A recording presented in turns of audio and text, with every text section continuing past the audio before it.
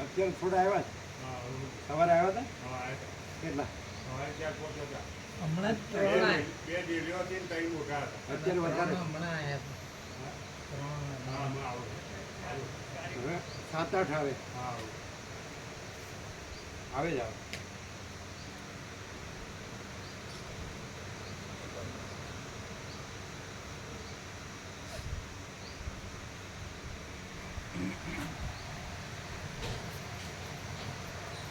Fan ચાલુ નથી કર્યું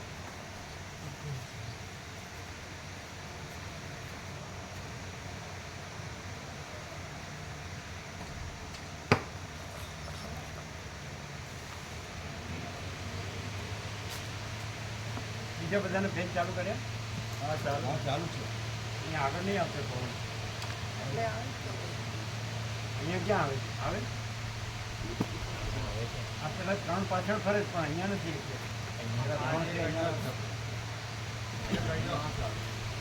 એકદમ ફરે 3 પાછળ જોઈએ એટલે પાછળ રાખો ને એક એક્સ્ટ્રા હા એ આ બાજુ રાખો આવે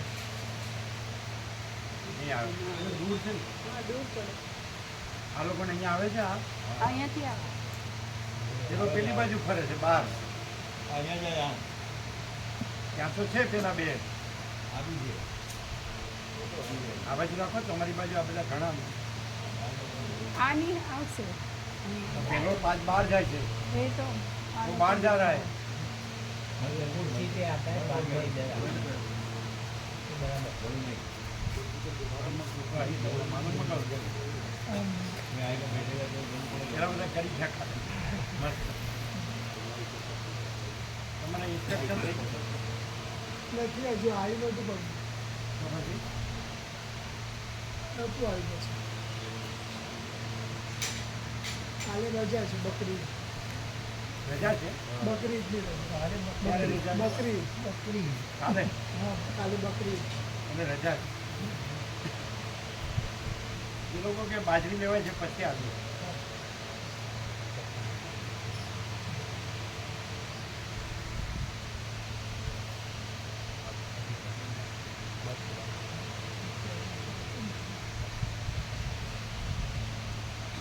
આપવાનું છે અહીંયા અમારું છે માહિતી મૂકતો એટલા માટે ક્યાં મૂક્યું અને ક્યાં મૂક્યું માઇક્રોફોન મૂકતો હતો ને એટલે ક્યાં મૂક્યું ખાલી હવે આને દઈ દીધું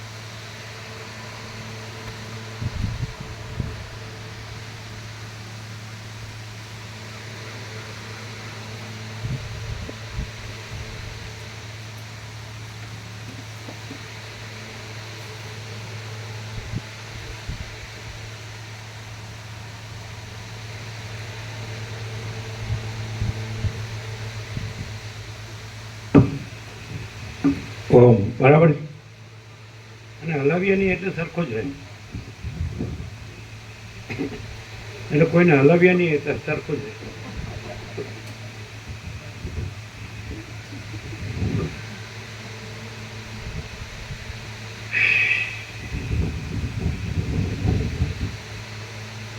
કોઈને ગમે એટલું હલાવો તો હલે નહીં એને અજડ કહેવાય અજડ ને હે ફિલોસોફી આવે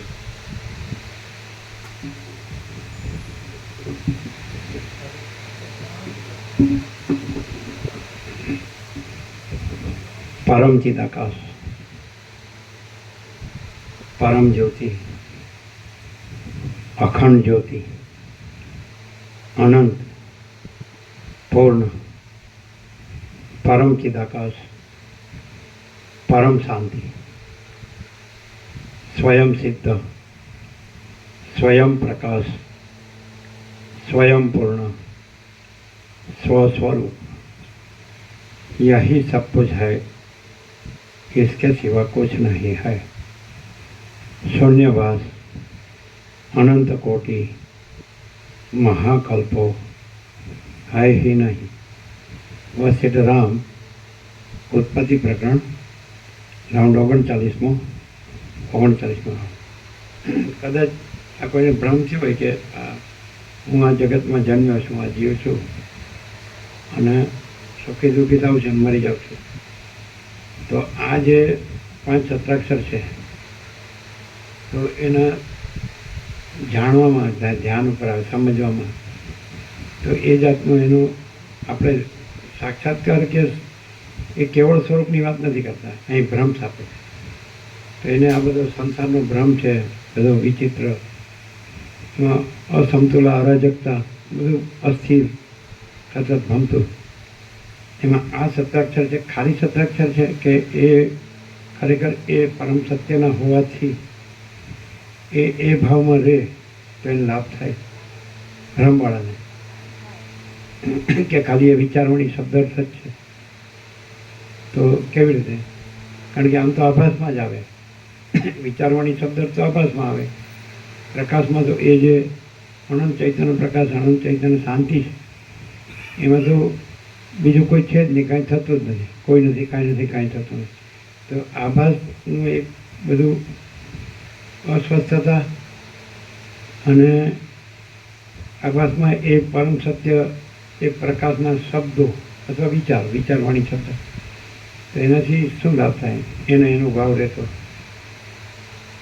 એને પોતે ભ્રમમાં જ હોય, ભ્રમ એને હોય, એને ભ્રમ સાચો સારો ન લાગતો, સાચો ન લાગતો, અને એને કંઈક એવું પ્રકાશથી સમજાતું હોય કે આ એ પ્રકાશ છે, તો એનો જ આ પ્રકાશ છે, પણ એને ભાવ હોય, સાક્ષાત્કાર ભલે ન હોય કે એ સ્વરૂપ ભલે ન રહ્યો હોય પૂર્ણ, સમજે? તો એને કેટલો લાભ થાય? જેને આપણે એમ કે ને સ્વરૂપ સ્મરણ કે એવું જે કહેવાય કહેતા હોય, કેમ કે અમે પોતે જ પરમ ચિદાકાશ, પરમ જ્યોતિ, અખંડ જ્યોતિ છીએ. તો અનંતપૂર્ણ પરમ, અમે પોતે જ અનંતપૂર્ણ પરમ ચિદાકાશ, પરમ શાંતિ છીએ. અમે પોતે સ્વયં સિદ્ધ, સ્વયં પ્રકાશ, સ્વયં પૂર્ણ સ્વસ્વરૂપ છીએ. અમે પોતે જય ही सब कुछ है, इसके सिवा कुछ नहीं है. અમે પોતે શૂન્યવાસ આનંદ કોટી મહાકલ્પ હોય નહીં. તો આ એ સમજો હોય, એને સાચું લાગતું હોય, પછી સાક્ષાત્કારની વાત જુદી અને એ સ્વરૂપ રહ્યું છે એ વાત જુદી. એ ભ્રમ રહ્યો છે અને ભ્રમ એને સાચો કે સારું નથી લાગતો, ગમતો નથી, એને મજા નથી આવતી કે આ ન જન્મ્યા હોત તો સારું, જન્મ્યા તોય શું ને મરી ગયા તોય શું, આમાં તો શું આવ્યા ને શું ગયા એમ. અને એને આ મળી જાય સર્વાંતરમ, એની પ્રેરણા, તો એને ખાલી આના સ્મરણથી લાભ થાય, સાક્ષાત્કાર ન હોય. એ સ્વરૂપમાં તો આપણે જો કંઈ છે જ નહીં, સ્મરણે નથી, અજ્ઞાને નથી, જ્ઞાને નથી, મન મોક્ષ, આ બધું જે ભ્રમ અને એમાં જે અસ્વસ્થતા ને એ કાંઈ નથી, સાચું નથી, પણ એવો ભ્રમ છે કે આ બધું છે, તો એને કેટલો લાભ થાય? એને એટલો બધો લાભ થાય ને કે એ આ સ્વરૂપ છે, એ સત્ય છે એવું જાણે. સૌથી પહેલા એને ભ્રમ સાચો લાગતો હોય, સારો ન લાગતો હોય કે નથી જોઈતો એવું લાગતું હોય, તોય સત્ય આ પૂર્ણ સ્વરૂપ છે ને એટલું બધું પૂર્ણ છે કે એ જ્યાં પોતે આ મારો ભ્રમ છે અને આખું જગત ભ્રમ છે, જોઈએ નથી જોઈતો એ બધું પછી નથી જ એમ, પણ ત્યાં પ્રભુની પૂર્ણતાનો અનુભવ રહે. એટલે એના હૃદયમાં કોઈ આ અશાંતિ, અરાજકતા એવું ન રહે.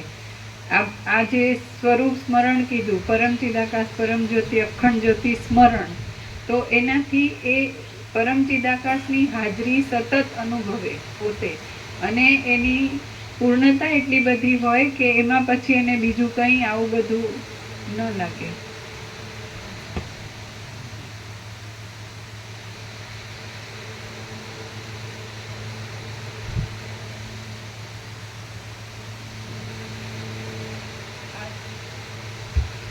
આદ્ય પરબ્રહ્મ સદગુરુ દેવ કી જય. ઓમ શ્રી પરમાત્મને નમઃ. સદગ્રંથોમાં શિરોમણી શ્રી યોગ વાસિષ્ઠ મહારામાયણ ઉત્પત્તિ પ્રકરણ પાના નંબર 184 સર્ગ 28મો દ્રશ્યનું મિથ્યાપણું અને પર્વત તથા પહાડી ગામનું વર્ણન. આ 28મા સર્ગમાં ચિદાકાશનું સત્યપણું હોવાથી દ્રશ્ય પ્રપંચનું મિથ્યાપણું કહેવાશે અને તે પછી પર્વતનું તથા પહાડી ગામનું વિસ્તારથી વર્ણન કરવામાં આવશે.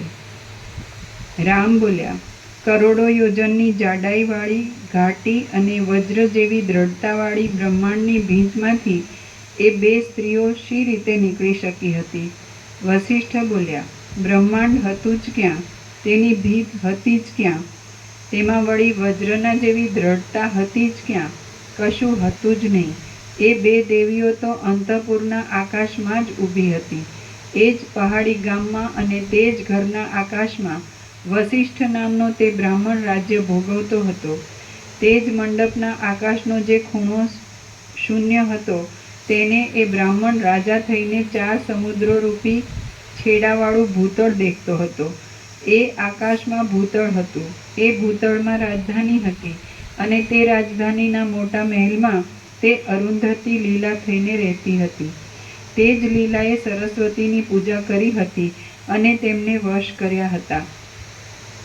તેથી લીલા સરસ્વતીની સાથે ઘણા આશ્ચર્યોથી મનનું આકર્ષણ કરનારા બ્રહ્માંડમાં આકાશનું ઉલ્લંઘન કરીને ગઈ હતી. તે બ્રહ્માંડ તે જ ઘરના ઉદરમાં એક વેંત જેટલા આકાશમાં હતું. એ બ્રહ્માંડમાંથી નીકળી તે બીજા બ્રહ્માંડમાં આવી અને પછી પહાડી ગામમાં પોતાના ઘરની અંદર આવી ઊભી રહી. જેમ શૈયામાં સૂતેલો એક સ્વપ્નમાંથી બીજા સ્વપ્નમાં જઈને બીજી શૈયામાં સૂવે છે, તેમ લીલા પણ એક બ્રહ્માંડમાંથી નીકળી બીજા બ્રહ્માંડમાં જઈને ત્યાં પોતાના ઘરમાં આવી. જેમ શૈયામાં સૂતેલો એક સ્વપ્નમાંથી બીજા સ્વપ્નમાં જઈ બીજી શૈયામાં સૂવે છે, તેમ લીલા પણ એક બ્રહ્માંડમાંથી નીકળી બીજા બ્રહ્માંડમાં જઈને ત્યાં પોતાના ઘરમાં આવી. એ સઘળું આભાસ માત્ર હતું. વાસ્તવિક રીતે તે આકાશની પેઠે શૂન્ય જ હતું. ત્યાં બ્રહ્માંડ હતું નહીં, સંસાર હતો નહીં, ભીંત આદિ હતું નહીં અને દૂરપણું પણ હતું જ નહીં. એ તો એનું વાસના માત્રથી ઉલ્લેખવાળું ચિત્ત જ તેવા મનોહર આકારોથી સ્ફૂરતું હતું. બાકી બ્રહ્માંડ ક્યાં છે અને સંસાર પણ ક્યાં છે?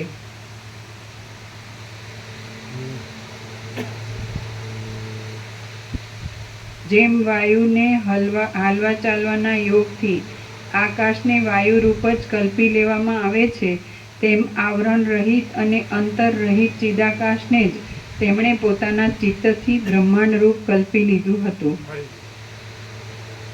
જેમ વાયુના હાલવા ચાલવાના યોગથી આકાશને જ વાયુરૂપ કલ્પી લેવામાં આવે છે, તેમ આવરણ રહિત અને અંતર રહિત ચિદાકાશને જ તેમણે પોતાના ચિત્તથી બ્રહ્માંડરૂપ કલ્પી લીધું હતું.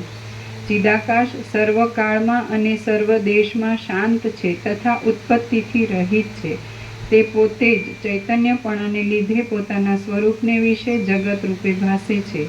જે મનુષ્ય તેના તત્વને સમજે છે તેને એ જગત આકાશથી પણ વધારે સત્ય જેવું લાગે છે અને જે મનુષ્ય તત્વને જાણતો નથી તેને જગત વજ્ર જેવું તથા પહાડ જેવું લાગે છે. જે મનુષ્ય એના તત્વને સમજે છે તેને એ જગત આકાશથી પણ વધારે સત્ય જેવું લાગે છે. શૂન્ય જેવું.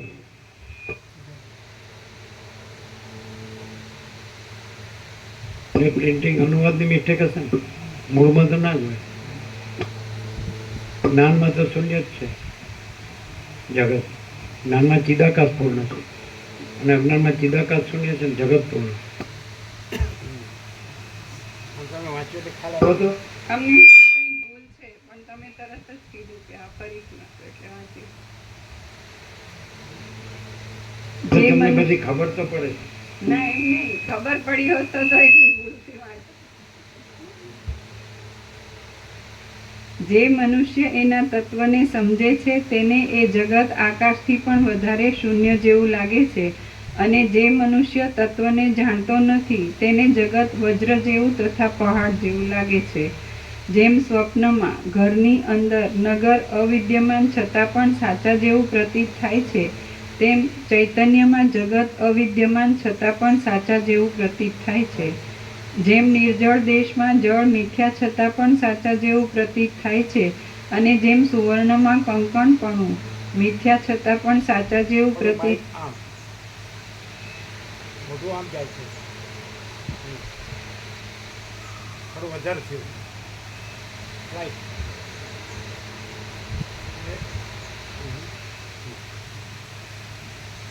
જેમ નિર્જળ દેશમાં જળ મિથ્યા છતાં પણ સાચા જેવું પ્રતીત થાય છે, અને જેમ સુવર્ણમાં કંકણપણું મિથ્યા છતાં પણ સાચા જેવું પ્રતીત થાય છે, તેમ ચૈતન્યમાં દ્રશ્યપણું મિથ્યા છતાં પણ સાચા જેવું પ્રતીત થાય છે. પછી હે રામ, એ પ્રમાણે પરસ્પર વાતો કરતી એ લલિત આકારવાળી લલનાઓ સુમનોહર ડગો ભરતી ભરતી ઘરમાંથી બહાર નીકળી. ગામના લોકોથી અદ્રશ્ય રહીને તે બંને મોઢા આગળના પર્વતને જોવા લાગી. તે પર્વત ગગનની ગુફાને ચૂમતો હતો અને જાણે સૂર્યના મંડળને અડતો હતો. એ પર્વતમાં અનેક વર્ણોવાળા સઘળા વિચિત્ર વનો પ્રફુલ્લિત થઈ રહ્યા હતા, અને અનેક ઝરણાઓના નાદની સાથે વનના પક્ષીઓ શબ્દ કરી રહ્યા હતા. વિચિત્ર મંજરીઓના સમૂહો વડે ત્યાંના વાદળાઓનું મંડળ પિંગળપણું લાગતું હતું. તે વાદળા બહુ સુંદર દેખાતા હતા, અને ત્યાં સ્વચ્છ ગુચ્છની લતાઓના અગ્રભાગો આગળ સારસ પક્ષીઓ વિશ્રામ લેતા હતા.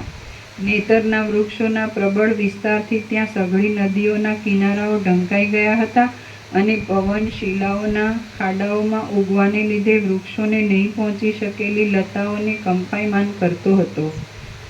જાણે આકાશરૂપી ભંડારની ભીતો હોય એવા વાદળા ત્યાં અગ્રભાગમાં પુષ્પોવાળા વૃક્ષોથી ઢંકાઈ ગયા હતા. શિખરો ઉપરથી પડતા નદીઓના લાંબા પ્રવાહો ત્યાં મોતીની માળાઓની પેઠે શોભતા હતા. વૃક્ષોના અનેક વનોને કંપાવનારો વાયુ નદીઓના કિનારાઓને ઘેરી લેતો હતો, અને ત્યાં અનેક વનોથી ભરપૂર થયેલા પ્રાંત ભાગોની છાયાઓથી નિરંતર શીતળતા રહેતી હતી. પછી એ બે લલનાઓએ પર્વતમાં રહેલું તે સઘળું પહાડી ગામ જોયું. તે ગામ જાણે આકાશમાંથી પડેલા સ્વર્ગનો કકડો હોય એવું શોભતું હતું. એ ગામમાં પાણીની અનેક પરનાળો ગાજી રહી હતી. તેના ઘરો આગળના તળાવો જળથી ભરપૂર હતા, અને પોતાને રમવાના જળવાળા ખાડાઓમાં પક્ષીઓ કિલકિલાટ કરતા હતા. સઘળી કુંજો ચાલ્યા જતા ગાયોના ધણોના હુંકારોથી ગાજી રહી હતી. કુંજોમાં ગુચ્છોના સમૂહોવાળા વૃક્ષો ઉગ્યા હતા, અને સઘળા ઘાટા લીલા ઘાસવાળા વનો છાયાથી હરિયાળા હતા. વૃક્ષોની ઘટાને લીધે વનોની અંદર સૂર્યના કિરણોનો પ્રવેશ માંડ માંડ થતો હતો. છીપરોથી અને ઝાકળથી ધૂસરપણું લાગતું હતું, અને વૃક્ષોની શિખાઓમાં લાંબા મંજરીઓના સમૂહો જટાઓની પેઠે લટકતા હતા. શિલાઓના છિદ્રોમાં ધોધના પાણી પછડાવાથી મોતી જેવા બિંદુઓ ઉડતા હતા, અને તેથી એ જળ ધોધો મંદરાચળથી વલોવાતા ક્ષીરસાગરના જળનું સ્મરણ આપતા હતા. ફળોના અને પુષ્પોના મોટા ભારથી નમી રહેલા આંગણાના વૃક્ષો જાણે પુષ્પો આદિ પૂજાની સામગ્રી લાવીને ઘરના સેવક લોકોની પાસે ઊભા હોય એવા લાગતા હતા. ઉછળતા તરંગોને લીધે ઘોંઘાટ કરાવતા પવનો રસ ભરેલા વૃક્ષોને કંપાવી રહ્યા હતા, અને તે વૃક્ષો પુષ્પોની વૃષ્ટિઓથી તે પ્રદેશોને ઘેરી લેતા હતા. ત્યાં મનુષ્ય આદિનો કોઈ ભય નહોતો, છતાં પણ સતત રીતે શિલાઓના સમૂહો ઉપરથી પડતા જળના ટીપાઓના શબ્દોથી પક્ષીઓ ભય પામતા હતા, અને છાના છાના ધીમા ધીમા શબ્દ કરતા હતા. ઉછળતા તરંગોના સપાટાઓથી થાકી રહેલા અને જળબિંદુઓનો સ્વાદ લેવામાં આકુળ થયેલા હંસો જાણે નદીમાં નક્ષત્રો ફરતા હોય એવા લાગતા હતા. જેમને શિરામણ પચી ગયું હોય એવા બાળકો ઊંચા તાળોમાં બેઠેલા કાગડા તથા મીંદડા આદિ જોઈ રખેને તેઓ ઝડપ મારશે એવી શંકાને લીધે પોતાના અમીક્ષા ઊના દૂધમાં દહીં નાખીને તૈયાર કરવામાં આવતું એક ભોજન પોતાના અમીક્ષાને સંતાડી રાખતા હતા. ગામના બાળકોએ પુષ્પોના ટોપ અને પુષ્પોના વસ્ત્રો પહેર્યા હતા. ખજૂરી, લીમડા અને લીંબુઓના વનની સમીપમાં શીતળતા જામી રહી હતી. અતસી જાતના ઝાડના રેસાઓના લુગડા વણીને પહેરનારી અને ભૂખથી દુબળી થયેલી એવી ગામની હલકી વરણની સ્ત્રીઓ કાનમાં વૃક્ષોની મંજરીઓને ખોસીને ગલીઓમાં આમતેમ ફર્યા કરતી હતી. નદીના તરંગોના પરસ્પર અથડાવાના શબ્દથી લોકોને વાતો સાંભળવાનું પણ વસમું પડતું હતું. અનઆવડતને લીધે કામથી ડર્યા રહેતા કેટલાયક આળસુ લોકો એકાંત સ્થળોમાં બેસવા ઈચ્છતા હતા. જેમના મોઢા, હાથ અને ખભા દહીંથી ખરડાયેલા હતા, જેમણે ગળામાં પુષ્પોની ઘાટી લતાઓને પહેરી હતી, જેઓ નાગા હતા અને જેઓ છાણથી ખરડાયેલા હતા, એવા બાળકો ત્યાં ચૌટાઓમાં ભીડ કરીને રમતા હતા. નદીના કિનારાઓ પર લીલા ખડવાળી પૃથ્વીમાં ઉગેલી લતાઓને ઝૂલે ઝૂલાવતા તરંગોએ ત્યાં પાણીને આડેમાર્ગે વેવડાવ્યા હતા અને તેમની રેખાઓ રેતીના ભાગોમાં ઉઠી રહી હતી. દહીંના અને દૂધના ઘાટા સુગંધથી મત્ત થયેલી માખીઓ તે પદાર્થો ઉપરથી માંડ ઉઠતી હતી. મા બાપની અધીન અને પોતાના ધાર્યા પ્રમાણે ખાવા લેવાનો કજિયો કરતા બાળકો આંસુ પાડી રોઈને થાકી જતા હતા. છાણથી ખરડાયેલી ચૂડીઓવાળી કેટલીક સ્ત્રીઓ બીજી તેવી સ્ત્રીઓની સાથે વઢવાડ કરતી હતી. વઢવાડથી ત્રાસ પામેલી અને પોતાના છૂટી ગયેલા ચોટલાને સંભાળવામાં વ્યગ્ર થયેલી તે સ્ત્રીઓને જોઈને ગામના લોકો હસતા હતા.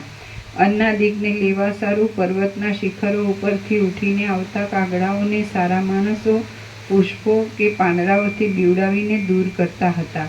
ઘરોના દ્વારોમાં અને ગલીઓની છીંડીઓમાં ચોરાદી લોકો બેસે નહીં એટલા માટે તીક્ષ્ણ કાંટાવાળા હાથલા પાથરી રાખવામાં આવ્યા હતા.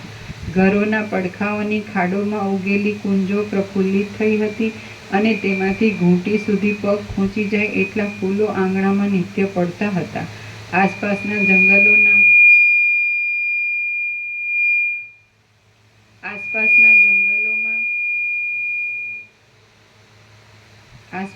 જંગલોમાં ચમરીઓ અને મૃગોના સમૂહો ખડ ચરતા હતા અને ચણોઠીઓની નિકુંજોમાં ઉગેલા લીલા ખડોમાં મૃગોના બચ્ચાઓ સૂઈ રહ્યા હતા. અત્યંત ઊંઘી ગયેલા વાછરડા પોતાનો એક કાન હલાવીને માખીઓને ઉડાડતા હતા. દહીંથી ખરડાયેલા ગોવાળના ગલોફા પર માખીઓ બેસ્યા કરતી હતી. સઘળા ઘરોમાં મધપુડાઓમાંથી માખીઓને દૂર કરીને મધનો સંચય કરવામાં આવતો હતો. પ્રફુલ્લિત આસોપાલવના ઉપવનોમાં લાખથી રંગેલા કાષ્ટોના વિહારગૃહો શોભી રહ્યા હતા. બિંદુઓને વરસાવતા પવનથી નિરંતર ભીના રહેવાથી સઘળા વૃક્ષો પ્રફુલ્લિત સ્થિતિમાં જ દેખાતા હતા. ઘરો ઉપરના સઘળા છાજના ખડો ઉપર કદમની કળીઓ પડી હતી, તેથી જાણે તે ખડો તે કળીઓમાં પરોવાઈ ગયા હોય એમ લાગતું હતું. આડી આવતી લતાઓને કાપી નાખવાને લીધે અત્યંત પ્રફુલ્લિત થયેલા કીવડાઓના સમૂહોથી ચારે બાજુ ધવલતા વ્યાપી રહી હતી. પોતાનામાં પાણી વયા જતા હતા, તેથી ત્યાં પરનાળોનો ગુરગુર શબ્દ થઈ રહ્યો હતો. મહેલોમાં પેસી ગયેલા વાદળા ગોખરૂપી ગુફાઓમાંથી પાછા નીકળતા હતા. જળપૂર્ણ તળાવોમાં ઉગેલા કમળો પૂનમના ચંદ્રોની પેઠે શોભતા હતા. લીલા ખડવાળી નિર્મળ ભૂમિઓ વૃક્ષોની ઘાટી છાયાથી શીતળ રહેતી હતી. લીલા ખડની ટોચ ઉપર લાગેલા પાણીના ટીપાઓમાં રાત્રે તારાઓના પ્રતિબિંબ પડતા હતા. નિરંતર પડતા પુષ્પોના શીતળ મકરંદની વૃષ્ટિથી સઘળા ઘરો ઉજળા જ રહેતા હતા. વૃક્ષોમાં વિચિત્ર મંજરીઓની, પુષ્પોની, પલ્લવોની અને ઉત્તમ ફળોની ઘણી સંપત્તિ હતી. કેટલીક સુવાસિની સ્ત્રીઓ ઘરની દેવડીની અંદર આવેલા વાદળાઓમાં સૂઈ રહી હતી. ઘરો ઉપર બેસતા વાદળાઓની વીજળીઓથી ઘરોની અંદર દીવાઓ કરવાની આવશ્યકતા રહેતી નહોતી. ગુફાઓમાંથી નીકળતા પવનના ભૂં ભૂં શબ્દોથી મંડપોમાં મોટો ઘૂમકાર મચી રહ્યો હતો. ચકોર અને હારીત વગેરે પક્ષીઓ તેમજ હરિણી વગેરે પશુઓના ચલનથી મંદિરો અત્યંત રમણીય થઈ રહ્યા હતા. પ્રફુલ્લિત થયેલા પુષ્પોમાંથી નીકળતા ઘાટા સુગંધથી સંયુક્ત થયેલા અને મંદ મંદ રીતે આવવા લાગેલા પવનોને લીધે ઘર આગળના વૃક્ષોના પાંદડા હાલતા હતા. કેટલીક લલનાઓ, લાવા અને મેના આદિ પક્ષીઓને બોલવાનું શીખવવામાં લાગી ગઈ હતી. ત્યાં ચક્રવાક, કોયલ અને કાળી ડોકવાળા કાગડાઓનો કોલાહલ વ્યાપી રહ્યો હતો. શાલ, તાડ, તમાલ અને કમળોના નીલ ફળોની પંક્તિઓ ચારે બાજુ જોવામાં આવતી હતી. લતાઓએ કંકણની જેમ સારી રીતે વીંટાઈને વૃક્ષોને શોભાવ્યા હતા. એ પર્વતના સ્થાનકો ચપળ પલ્લવોવાળી લતાઓથી ઘેરાયેલા હતા અને પ્રફુલ્લિત થયેલા કદલ, કેળના પોટા અને શિલીંધ્ર, બિલાડીના ટોપ આદિ પુષ્પોથી મહેક થતા હતા. તેમાં તાળીઓના અને તમાલોના ડોલી રહેલા પાંદડાવાળા મંડપો હતા અને બગીચાઓના પ્રફુલ્લિત પુષ્પોવાળા વૃક્ષોથી તે સ્થાનકો શીતળતાવાળા હતા. તેઓમાં રહેલા ગાયોના ધણો પાણીમાં ઉતરતા આકુળ થઈને હુંભા શબ્દ કરતા હતા. નીલતાવાળા ધાન્યોની અને પુષ્પોના સ્થળોની ત્યાં ભારે શોભા જામી રહી હતી. નદીઓના વેગ કિનારાઓ ઉપર ઉગેલા વૃક્ષોના સમૂહથી ઢંકાઈ ગયા હતા અને ઘાટી રીતે પ્રફુલ્લિત થયેલી લતાઓના અગ્રો ચંદરવા જેવા થઈ રહ્યા હતા. ઉપવનોમાં ડોલરોના મકરંદનો સુગંધ ફેલાઈ રહ્યો હતો અને સુગંધથી મદાંધ થયેલા ભ્રમરોએ કમળને ઢાંકી દીધા હતા. કમળોની પંક્તિના પરાગથી આકાશનો ભાગ રાતો થઈ રહ્યો હતો. આમ એ સ્થાનકોએ પોતાની શોભાથી ઇન્દ્રના સ્થાનકોની શોભાને પણ હટાવી દીધી હતી. વેગથી ચાલતી પહાડની નદીઓની ઘૂઘવાટી સંભળાતી હતી. ડોલર જેવા ધોળા વાદળાની કાંતિથી ચોમેર ઝળાઝળા થઈ રહ્યું હતું. મહેલો ઉપર લતાઓના મંડપો પ્રફુલ્લિતપણાથી શોભી રહ્યા હતા. વિનોદમાં લાગેલા કોયલ પક્ષીઓ મધુર ધ્વનિ કરતા હતા. યુવાન પુરુષો પ્રફુલ્લિત પુષ્પોની પાંખડીઓની શૈયાઓમાં સૂતા હતા. વિલાસીની સ્ત્રીઓએ પોતાના પગ સુધીની માળાઓ પહેરી હતી. સર્વ સ્થળોમાં સુંદર નવીન અંકુરોની શોભા થઈ રહી હતી. શોભી રહેલી ઉત્તમ લતાઓના ઘેરાવાને લીધે યાચક લોકો અંદર જવામાં વ્યાકુળ થતા હતા. ઉત્પન્ન થયેલી કોમળ લતાઓ અને કમળો ચારે બાજુ ગીચ છવાયા હતા. ઘરો વાદળાઓ રૂપી વસ્ત્રોથી વીંટાઈ રહ્યા હતા. લીલા ખડની ભૂમિઓમાં ઝાકળના ટીપાઓ રૂપી મોતીના હારો આનંદ આપતા હતા. મહેલ ઉપર બેઠેલા વાદળાઓની વીજળીઓથી સ્ત્રીઓ ગભરાતી હતી. ચારે બાજુ નીલકમળોની સુગંધ ફેલાઈ રહી હતી. લીલા ખડ ખાવાને સજ્જ થયેલી ગાયો હોંકાર શબ્દોથી મનનું આકર્ષણ કરતી હતી. ઘરોના આંગણાઓમાં વિશ્વાસ પામેલા હરિણોના બચ્ચા ફરતા હતા. ઝરણાઓના ઘાટા બિંદુઓ પડવાથી મેઘની ભ્રાંતિને લીધે મોર ભારે નાચ કરતા હતા. સુગંધીથી મત્ત થયેલા પવનોથી સઘળો ખેદ દૂર થઈ જતો હતો. શિખરો ઉપર જ્યોતિર્લતા નામની ઔષધિઓ દીવાઓની પેઠે પ્રકાશતી હતી. તેથી લોકો દીવાઓને ભૂલી જતા હતા. પક્ષીઓના અનેક માળાઓમાં પક્ષીઓ કોલાહલ મચાવી રહ્યા હતા. ચારે બાજુ ઝરણાઓના કોલાહલથી માણસોની પરસ્પરની વાતો બરાબર રીતે સંભળાતી ન હતી અને મોતીના સમૂહ જેવા ઝરણાઓના ટીપાં પડવાથી સઘળા વૃક્ષો, લતાઓ, ખડો અને પલ્લવો શીતળ થઈ ગયા હતા.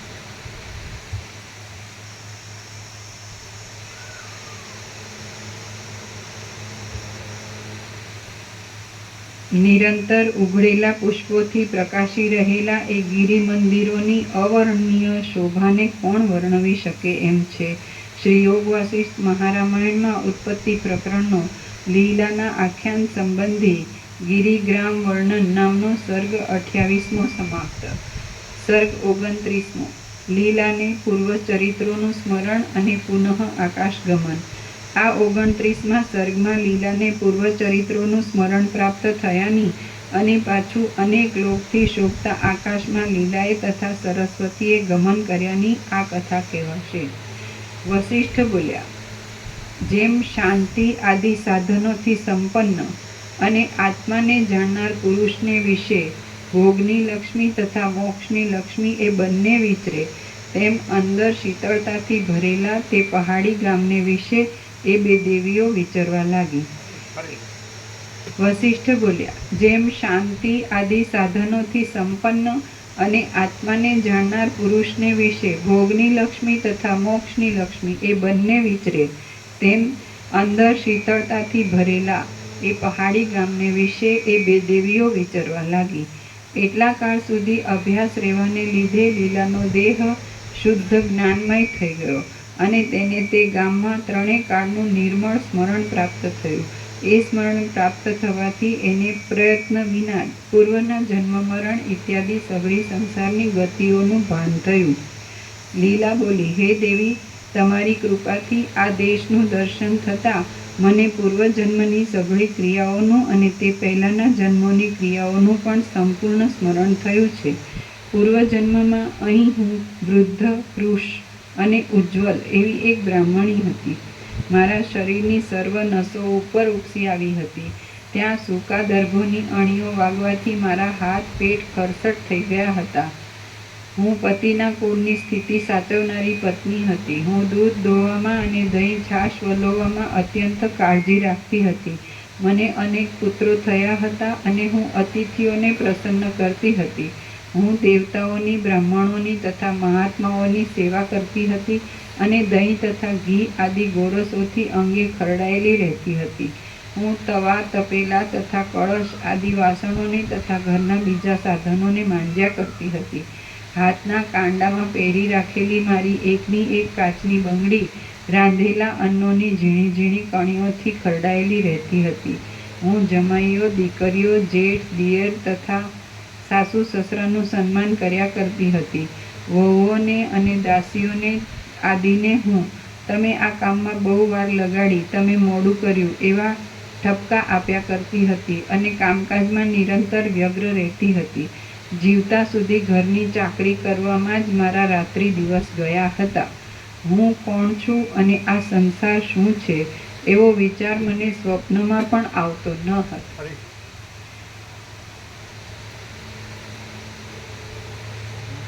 જીવતા સુધી ઘરની ચાકરી કરવામાં જ મારા રાત્રિ દિવસ ગયા હતા. હું કોણ છું અને આ સંસાર શું છે એવો વિચાર મને સ્વપ્નમાં પણ આવતો ન હતો. જીવતા સુધી ઘરની ચાકરી કરવામાં જ મારા રાત્રિ દિવસ ગયા હતા. હું કોણ છું અને આ સંસાર શું છે એવો વિચાર મને સ્વપ્નમાં પણ આવતો ન હતો.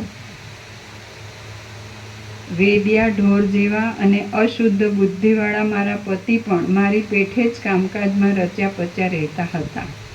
મારું મન સમિધ, શાક, છાણ અને બળતણનો સંચય કરવામાં બહુ કાળજીથી લાગી રહેતું હતું. હું મારા દેખાઈ રહેલી નસોવાળા દુબળા શરીરને ચોળાયેલા ધાબળાથી જ વીંટી રાખતી હતી. વાછરડીના કાનના મૂળમાં પડેલી ઈતળીઓ તથા ઝીંગોડાઓને કાઢવામાં હું તત્પર રહેતી હતી અને ઘરના વાડામાં કરેલા શાકના ક્યારાઓને પાણી પાવા સારું હું ઘરના માણસો પાસેથી પાણી ભરેલા ઘડા જલ્દી માંગ્યા કરતી હતી. જળાશયોના કિનારાઓમાં ઉગેલા લીલા ખડોને હું પોતાના હાથથી લાવીને વાછરડીને તૃપ્ત કરતી હતી. વારંવાર હું ઘરના બારણા આગળ છાણ માટીથી લીપતી હતી અને તેમાં ગુલાલ આદિ રંગની વેલોની રચના કરતી હતી. ઘરના માણસોને નીતિ શીખવવા સારું હું જરા નરમાશથી વઢ્યા કરતી હતી. જેમ સમુદ્રની ભરતી મર્યાદાને છોડતી નથી તેમ હું મારી મર્યાદાના નિયમને કદી છોડતી ન હતી. મારું શરીર જીરણ પાંદડા જેવું થઈ ગયું હતું. માથું હાલવાને લીધે જાણે હું હિંડોળે બેસીને ઝૂલતી હોઉં એવી લાગતી હતી. મારો બીજો કાન બહેરો થઈ ગયો હતો એટલે એક કાને જ હું કામ ચલાવતી હતી. હું હાથમાં લાકડી ઝાલીને ફરતી હતી અને મારી જીવન વૃત્તિ જાણે ધોકેથી મારવા જેવી જરાવસ્થાથી બીતી હોય તેમ શિથિલ થઈ ગઈ હતી. વસિષ્ઠ બોલ્યા, હે રામ, સરસ્વતીની સાથે પહાડી ગામમાં ફરતા ફરતા લીલા એ પ્રમાણે વાતો કરવા લાગી અને વિસ્મય પામીને સરસ્વતીને નીચે પ્રમાણે તે સ્થળો અને માણસો આદિ બતાવવા લાગી. લીલા બોલી, હે દેવી, આ મારી પાટલ વૃક્ષોના સમૂહથી શોભી રહેલી ફૂલવાડી છે. પ્રફુલ્લિત થયેલા લતા મંડપોવાળી આ મારી આસોપાલવની વાડી છે. આ મારો પાણીનો હોદ છે. એના કિનારા પરના ઝાડોમાં વાછરડાઓને થોડીક ગાંઠ દઈને હું બાંધી રાખતી હતી. મારી કર્ણિકા નામની વાછરડી છે અને એણે મારા વિયોગને લીધે ખાવાનું પણ છોડી દીધું છે. દુઃખને લીધે કામ કરવામાં અશક્ત થયેલી અને ધૂળથી ખરડાઈ ગયેલી આ બિચારી મારી પાણી ભરનારી છે. આંસુથી ભીંજાયેલા નેત્રવાળી આ પાણી ભરનારી આજ 8 દિવસ થયા રોયા કરે છે.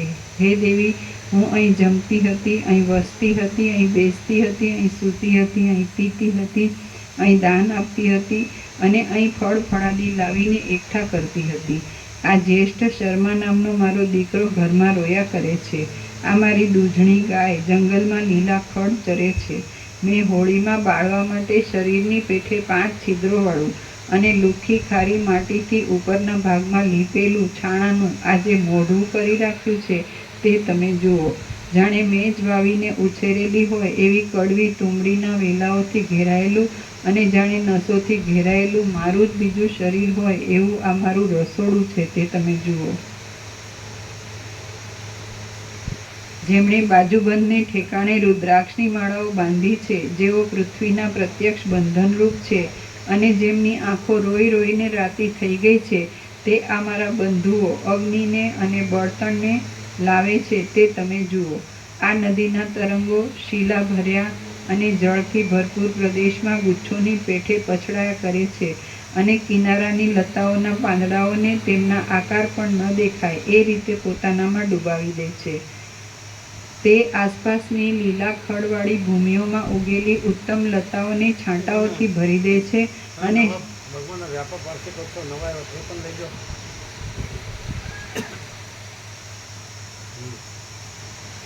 જે ખુલ્લું છે એ જ લેજો.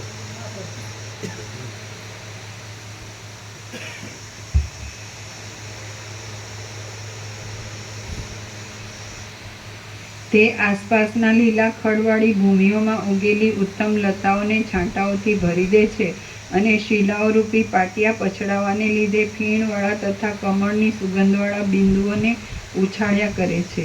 તે ઉછળી ઉછળીને મધ્યાહ્ન કાળના સૂર્યના કિરણોને પણ ઝાકળ જેવા કરી દે છે. જુઓ, આ નદીના કિનારાના વૃક્ષો પ્રફુલ્લિત પુષ્પોમાં ફરનારા ભમરાઓના નાદથી જાણે પોતે જ કોઈ ઉત્કંઠાથી શબ્દ કરતા હોય એવા લાગે છે. જુઓ, પાસે ઉગેલા ખાખરાઓના પ્રફુલ્લિત થયેલા કેસુડાઓની કાંતિની ઝાંખી પડવાથી તે જાણે પરવાળા હોય એવા લાગે છે અને નિરંતર પુષ્પોના સમૂહનો ઉલ્લાસ કર્યા કરે છે. હવે આ જુઓ મારા ઘરનો માંડવો. એ ગામની નદીથી વીંટાયેલો છે. એ નદી ભારે કોલાહલ કરનારી છે, પાણીની ચકરીઓથી મત્ત થયેલી છે અને તેમાં તણાઈ આવતા અનેક ફળોને લેવા સારું ગામના બાળકો કૂદ્યા કરે છે. જળના ઉછળતા તરંગો પછડાવાથી એ ગૃહમંડપની શિલાઓ નિત્ય ધોવાયા કરે છે. ઘાટા પાંદડાવાળા વૃક્ષોની ઘેરી છાયાથી એ મંડપ નિરંતર શીતળ રહે છે અને પ્રફુલ્લિત થયેલી લતાઓ વીંટાવાથી તે સુંદર લાગે છે. એ મંડપના ગોખો પડતા ફળોથી, પુષ્પોથી અને ગુચ્છોથી ઢંકાયેલા રહે છે. આ મંડપમાં મારો પતિ જીવરૂપે ક્રિયાઓથી રહિત છતાં પણ 4 સમુદ્રરૂપી કટીમેખલાવાળી પૃથ્વીનો અધિપતિ થઈને રહ્યો છે. હા, મારા મનમાં સ્મરણ છે કે આ મારા પતિએ હું તરત જ રાજા થાઉં તો ઠીક એવી પ્રબળ વેગથી ઈચ્છા કરી હતી. હે પરમેશ્વરી, એ ઈચ્છાના પ્રબળ વેગને લીધે એ મારા પતિને 8 દિવસમાં જ લાંબા કાળની પ્રતીતિ આપનારું સમૃદ્ધિવાળું રાજ્ય મળ્યું છે. આ ઘરના આકાશમાં જ મારો પતિ રાજા થઈને રહ્યો છે, પરંતુ જેમ આકાશમાં રહેલો વાયુ દેખાતો નથી અને વાયુમાં રહેલી સુગંધ દેખાતી નથી, તેમ એ પ્રત્યક્ષ દેખાતો નથી. અહીં આ આકાશમાં જ અંગૂઠા જેટલા દૂર પ્રદેશમાં મારા એ પતિનું રાજનગર હોવું જોઈએ. તે નગર લૌકિક દ્રષ્ટિથી કરોડો યોજનને છેટે ધારવામાં આવે છે. હે ઈશ્વરી, આપણે બંને જે આકાશમાં છીએ તે જ આકાશમાં મારા એ પતિના હજારો પર્વતોવાળો વિસ્તીર્ણ રાજ્ય દેશ છે, પણ તે જોવામાં આવતો નથી. એ કોઈ મહામાયાનો પ્રભાવ છે. હે દેવી, હવે મને મારા પતિના નગરમાં જવાની ઈચ્છા થઈ છે, માટે ચાલો ત્યાં જઈએ. ઉદ્યોગી માણસને શું દૂર હોય? વસિષ્ઠ બોલ્યા, હે રામ, લીલાએ આ પ્રમાણે કહ્યું અને સરસ્વતીને પ્રણામ કરીને તે તુરત મંડપમાં દાખલ થઈ. ત્યાંથી તે સરસ્વતીની સાથે તે પક્ષિણીની પેઠે તલવાર જેવા શ્યામ વર્ણવાળા આકાશમાં ઉડી. તે આકાશ તોડી પાડેલા અંજનના ઢગલા જેવું લાગતું હતું. પાછળની એક આપશે. એમાંથી એક આપશે.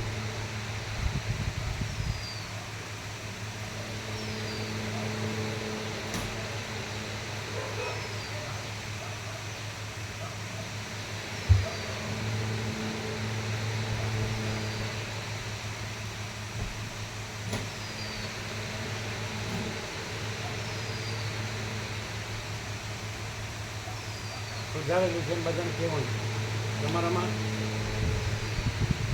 અરવિંદ પ્રવણ 53, દિનેશ પ્રવણ 53, તમને 53 એટલે પેલા રમણવાળા મહાશિવરાત્રી સમજાય એટલે જે હોય તો તમારા વ્યાપારમાં કહેવાનું કે પહેલાંમાં ભૂલથી શુક્રવાર હતો આ ગુરુવાર વ્યાસની તારીખ દર વધતો બધા લાભ વ્યાપારમાં વધારે જોઈએ તો છે ફૂલ લઈ જવાનું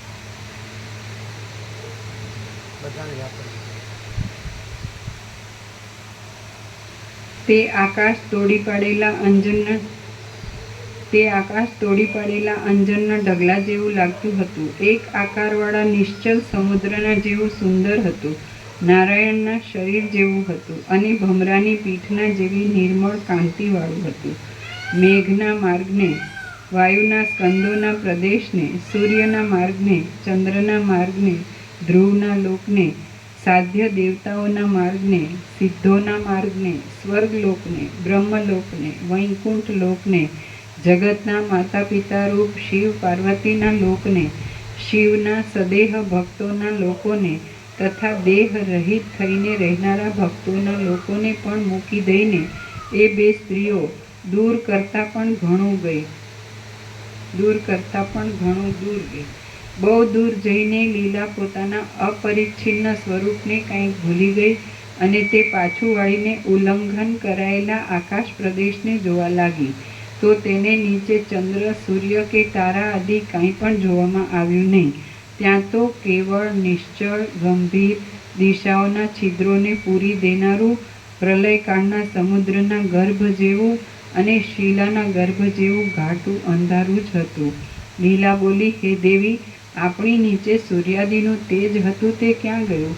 અહીં શિલાના ગર્ભ જેવું દ્રઢ અને મુઠ્ઠીમાં પકડી શકાય એવું આ જાડું અંધારું ક્યાંથી આવ્યું તે તમે મને કહો.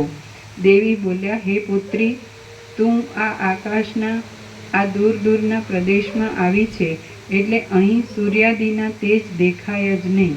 જેમ બહુ ઊંડી અંધારી ખાડમાં નીચે રહેલું પતંગિયું ઉપર દૂર ઊભેલા મનુષ્યના જોવામાં આવતું નથી, તેમ નીચે રહેલો તે સૂર્ય અહીંથી આપણા જોવામાં આવતો નથી. લીલા બોલી, અહોહો, આપણે આ દૂરાથી દૂર પ્રદેશમાં આવ્યા છીએ એટલે નીચે રહેલો તે સૂર્ય પરમાણુની પેઠે જરા પણ દેખાતો નથી. હે માં, હવે પછીનો માર્ગ કેટલો છે, કેવો છે અને ત્યાં શી રીતે પહોંચાશે? હે દેવી, તે તમે મને કહો.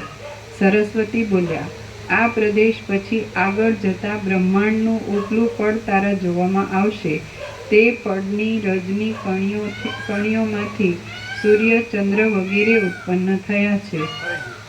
સરસ્વતી બોલ્યા, આ પ્રદેશ પછી આગળ જતાં બ્રહ્માંડનું ઉપલું પડ તારા જોવામાં આવશે. તે પડની રજની કણીઓમાંથી સૂર્ય, ચંદ્ર વગેરે ઉત્પન્ન થયા છે. વસિષ્ઠ બોલ્યા, હે રામ, આવી રીતે જેમ બે ભમરીઓ પર્વતની ઘટામંડળવાળી ભીંતને પ્રાપ્ત થાય તેમ પરસ્પર વાતો કરતી એ બે સ્ત્રીઓ બ્રહ્માંડના ઉપલા પડને પ્રાપ્ત થઈ. જેમ પોલાણમાંથી અનાયાસે નીકળી જવાય છે તેમ એ બે સ્ત્રીઓ એ બ્રહ્માંડના પડમાંથી અનાયાસે બહાર નીકળી ગઈ. જે વસ્તુમાં સાચાપણું સમજાયું હોય છે તે વસ્તુ વજ્ર કરતાં પણ અધિક દ્રઢ થઈ પડે છે, પણ જે વસ્તુ મિથ્યા સમજાઈને બાધિત થઈ ગઈ હોય છે તે વસ્તુ કંઈ પણ દ્રઢ લાગતી નથી. હવે આવરણ રહિત વિજ્ઞાનને પામેલી લીલાએ તે પછી બ્રહ્માંડના પારમાં અત્યંત પ્રકાશતા અને ચારે બાજુ ફરતા વ્યાપેલા જળ આદિ આવરણો દીઠા. ત્યાં બ્રહ્માંડથી 10 ગણું પાણી હતું અને તે અખરોટના ફળની છાલની પેઠે બ્રહ્માંડને ફરતું વીંટાઈને રહેલું હતું. પાણી પછી તેથી 10 ગણું અગ્નિનું આવરણ હતું અને એ અગ્નિ પછી તેથી 10 ગણું વાયુનું આવરણ હતું. વાયુ પછી તેથી 10 ગણું આકાશનું આવરણ હતું અને એ આકાશ પછી તો શુદ્ધ ચિદાકાશ જ હતું. એ સર્વોત્તમ અને પરમ શુદ્ધ ચિદાકાશમાં મધ્યની, આદિની અને અંતની કોઈ પણ કલ્પનાઓ વાંજણીના પુત્રની વાતોની પેઠે ઉદય પામતી જ નથી. અને એ આકાશ પછી તો શુદ્ધ ચિદાકાશ જ હતું. એ સર્વોત્તમ અને પરમ શુદ્ધ ચિદાકાશમાં મધ્યની, આદિની અને અંતની કોઈ પણ કલ્પનાઓ વાંજણીના પુત્રની વાતોની પેઠે ઉદય પામતી જ નથી. એ ચિદાકાશ રૂપ પદ કેવળ છે, વ્યાપક છે, શાંત છે, અનાદિ છે અને ભ્રમ રહિત છે. એ ચિદાકાશ રૂપ પદ કેવળ છે, વ્યાપક છે, શાંત છે, અનાદિ છે અને ભ્રમ રહિત છે. તે આદિથી, અંતથી તથા મધ્યથી રહિત છે અને પોતાના અપરિચ્છિન્ન સ્વરૂપમાં રહે છે. તે આદિથી, અંતથી તથા મધ્યથી રહિત છે અને પોતાના અપરિચ્છિન્ન સ્વરૂપમાં રહે છે. હે રામ, આ જે બધા ભણે છે વેદાંત બ્રહ્માંડ પ્રક્રિયાનું બધું એમાં આવું આવે છે. બધું ભાંગ્યું તૂટ્યું નહીં, આમ મગજના ટુકડા થઈ જાય, ખટકા થઈ જાય એવું. અને આ એકદમ સીધું જ પરમ ચિદાકાશ, પરમ જ્યોતિ, અખંડ જ્યોતિ, અનંત પૂર્ણ પરમ ચિદાકાશ, પરમ શાંતિ, स्वयं सिद्ध, स्वयं प्रकाश, स्वयं पूर्ण स्वस्वरूप, यही सब कुछ है, इसके सिवा कुछ नहीं है. शून्यवाद, अनंत कोटि, महाकल्प, अहिंसा, બધું આ 5 સત્રાક્ષરમાં બધું ના આવી જાય. કેમ કે એના પ્રકાશમાં કંઈ બાકી રહે. એટલે આખો પ્રકાશ છે એ રીતે જ છે ને. 5 સત્રાક્ષરમાં જે આખો પ્રકાશ છે એ આખો પ્રકાશ એમાં છે ને 5 સત્રાક્ષર. એ છે અથવા તો પરમ ચિદાકાશ, પરમ જ્યોતિ, અખંડ જ્યોતિ, મહાચિદાકાશ, સ્વયં પ્રકાશ, સંપૂર્ણ પ્રકાશ, પૂર્ણ બ્રહ્મ, અનંત તેજગણ, અનંત ચિદગણ, પરમાકાશ, કેવલ અનંત શુદ્ધ તેજગણ, પરમાકાશ, અખિલાત્મા, પૂર્ણ બ્રહ્મ, પરમાત્મા. તો એ આખો પ્રકાશ જ છે ને. તો એમાં કોઈ શંકા રહે? તો આ બધું ભણ્યા હોય બધું એને એમ થાય કે હું ભણ્યો એનું શું એવું થાય ને.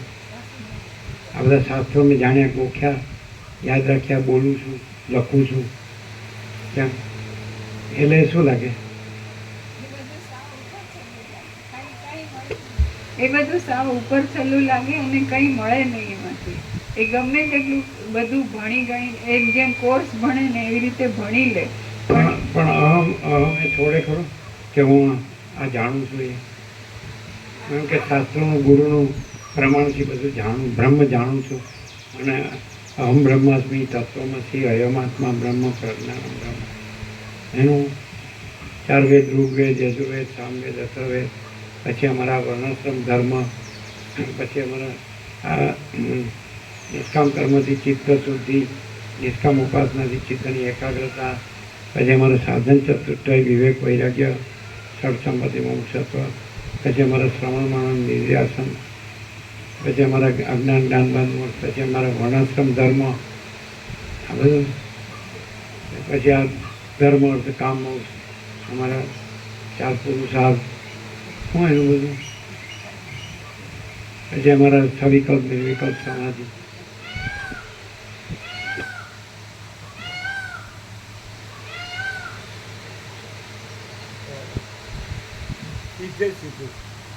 છે આ બધું પરમ ચિદાકાશ, પરમ જ્યોતિ, અખંડ જ્યોતિ જ છે. એમાં બીજું કાંઈ નથી, બીજું કાંઈ થતું નથી. એમાં આદિ મધ્યાંત છે, બીજી વસ્તુ નથી ને બીજું થતું નથી. એ અનંત, અખંડ, અભેદ છે, અપરિચ્છિન્ન છે, સૂર્યાતીત છે, એક જ અદ્વિતીય અનાદિ અનંત છે. અનંત સંપૂર્ણ, અનંત સર્વત્ર છે, નિરંજન, નિરાકાર, નિર્વિકાર છે અને મહાતત્વ, મહાસામાન્ય છે. હે તો બધા શબ્દો જ લાગે ને એને તો સમજાય નહીં. જેને આ ભ્રાંતિ સાચી લાગતી હોય કે હું આ જન્મ્યો છું, જીવું છું, સુખી દુઃખી થાઉં છું, મરી જાઉં છું, એ ભ્રાંતિ રૂઢ થઈ ગઈ હોય તો ગમે તેવી રૂઢ થઈ ગયેલી ભ્રાંતિ હોય ને, પણ આ પ્રકાશ પોતે એટલો બધો મહિમાવાન છે કે એ ભ્રાંતિ કાંઈ નથી. એને જે કે કીધું છે ને વજ્ર સમૂહ, આ સેજ સ્પર્શ કરી જાય ને તો કંઈ જ બાકી રહ્યું નહીં.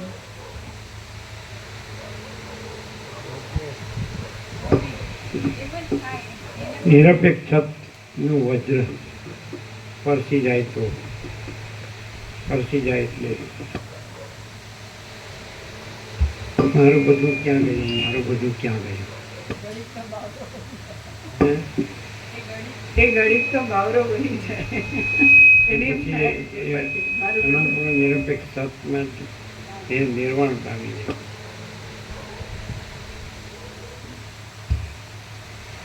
અને એ આકાશ પછી તો શુદ્ધ ચિદાકાશ જ હતું. એ સર્વોત્તમ અને પરમ શુદ્ધ ચિદાકાશમાં મધ્યની, આદિની અને અંતની કોઈ પણ કલ્પનાઓ વાંજણીના પુત્રની વાતોની પેઠે ઉદય પામતી જ નથી. એ ચિદાકાશરૂપ પદ કેવળ છે, વ્યાપક છે, શાંત છે, અનાદિ છે અને ભ્રમ રહિત છે. તે આદિથી, અંતથી તથા મધ્યથી રહિત છે અને પોતાના અપરિચ્છિન્ન સ્વરૂપમાં રહે છે. હે રામ, એ નિર્મળ આકાશ એવું તો અપરિચ્છિન્ન છે કે તેમાં જો કદાચ ઉપરથી એક શિલા મોટા વેગથી કલ્પ સુધી નીચે પડ્યા જ કરે, નીચેથી ગરુડજી મોટા વેગથી કલ્પ સુધી ઊંચે ચડ્યા જ કરે, અથવા માપવામાં સમર્થપણાનું અભિમાન ધરાવીને પવન બંને બાજુ સરખા વેગથી ચાલ્યા જ કરે, તો પણ તેઓ એના કોઈ છેડાને પામી શકે એમ નથી. હું અમાપ સચ્ચિદાનંદ ઘન પરમાકાશ છું.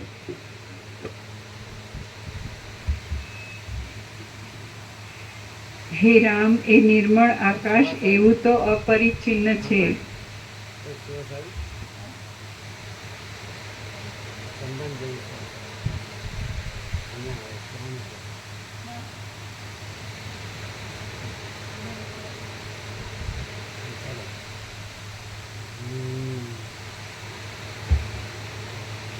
હે રામ, એ નિર્મળ આકાશ એવું તો અપરિચ્છિન્ન છે કે તેમાં જો કદાચ ઉપરથી એક શિલા મોટા વેગથી કલ્પ સુધી નીચે પડ્યા જ કરે, નીચેથી ગરુડજી મોટા વેગથી કલ્પ સુધી ઊંચે ચડ્યા જ કરે, અથવા માપવામાં સમર્થપણાનું અભિમાન ધરાવીને પવન બંને બાજુ સરખા વેગથી ચાલ્યા જ કરે, તો પણ તેઓ એના કોઈ છેડાને પામી શકે એમ નથી.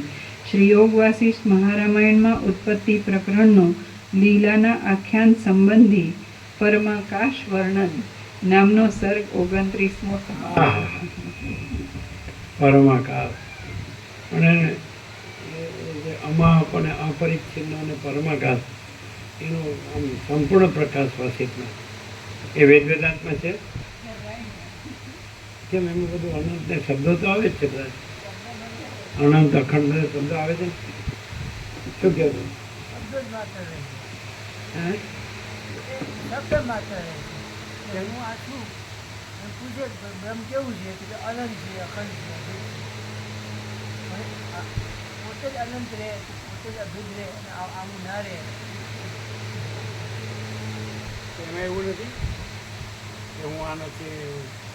મનોબુદ્ધિ અહંકાર ચિત્તાની નામ ન ચ સહસ્ર જીવે ન ચ ઘ્રાણ નેત્રે સિદાનંદ રૂપો શિવોહમ શિવોહમ. પણ હું શંકર છું એવું શિવોહમ શિવોહમ. મને ગુરુ કરો તક ભરું.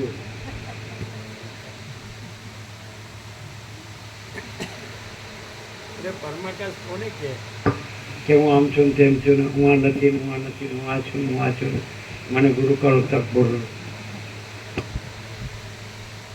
શંકર પરંપરા પરમપરા.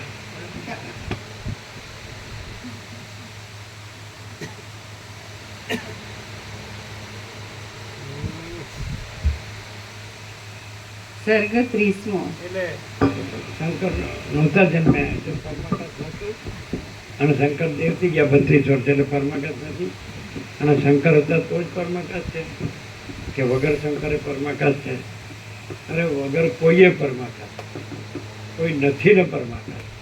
તો કોઈ નથી કહેવા પણ નથી, પરમાકાશ જ છે. હું અમાપ સચ્ચિદાનંદ ઘન પરમાકાશ છું. હું અમાપ સચ્ચિદાનંદ ઘન પરમાકાશ છું. પછી એક કહેવા પણ નથી, સોચના કહેના સુનના નહીં, યાદ રખના ભૂલના નહીં, જો હૈ સો હૈ. એમાં શું છે કે પરમ પ્રકાશ, પરમ આનંદ, પરમ શાંતિ. અનંત પ્રકાશ, અનંત આનંદ, અનંત શાંતિ. કેવળ પ્રકાશ, કેવળ આનંદ, કેવળ શાંતિ. સહજ પ્રકાશ, સહજ આનંદ, સહજ શાંતિ. કેવું છે? અખંડ પ્રકાશ, અખંડ આનંદ, અખંડ શાંતિ. અભેદ પ્રકાશ, અભેદ આનંદ, અભેદ શાંતિ. કેવું છે? સંપૂર્ણ પ્રકાશ, સંપૂર્ણ આનંદ, સંપૂર્ણ શાંતિ.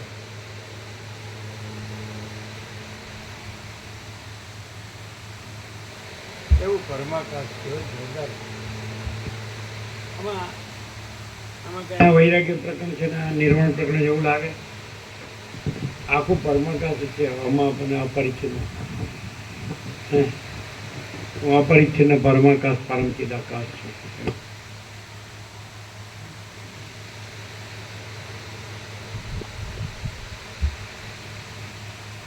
સર્ગ 30મો. લીલાએ ચિદાકાશમાં અનંત કોટી બ્રહ્માંડો દીઠા. આ 30મા સર્ગમાં લીલાએ ચિદાકાશમાં રજની કણિયોની પેઠે રહેલા તેવા અને તેવા અનંત કોટી બ્રહ્માંડો જોયાની કથા કહેવામાં આવશે. વસિષ્ઠ બોલ્યા, ત્યાં પૃથ્વી, જળ, તેજ, વાયુ અને આકાશના આવરણો હતા અને એ આવરણો એકથી 10 ગણા અધિક હતા. લીલાએ એ સઘળાનું ક્ષણ માત્રમાં ઉલ્લંઘન કર્યું અને તેણે પ્રમાણ વગરનું પરમ આકાશ દીઠું. તે પરમાકાશમાં તેણે આ બ્રહ્માંડ જેવા બીજા પણ અનંત બ્રહ્માંડો જોયા. જેમ જાળીઓમાં પડેલા તડકામાં કરોડો ત્રસરેણુઓ જોવામાં આવે છે, તેમ અધિષ્ઠાન ચૈતન્યથી સ્ફુરિત થયેલા તેવા જ આવરણોવાળા કરોડો સર્ગો તે આકાશમાં તેના જોવામાં આવ્યા.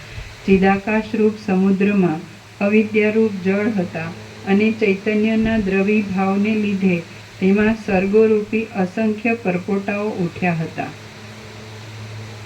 ત્યાં તે જીવોની વાસનાઓ અનુસાર કેટલાક બ્રહ્માંડો નીચે ઉતરતા આવતા હતા, કેટલાક બ્રહ્માંડો ઉપર ચડતા જતા હતા, કેટલાક બ્રહ્માંડો આડા જતા હતા અને કેટલાક બ્રહ્માંડો સ્થિર થઈને રહ્યા હતા.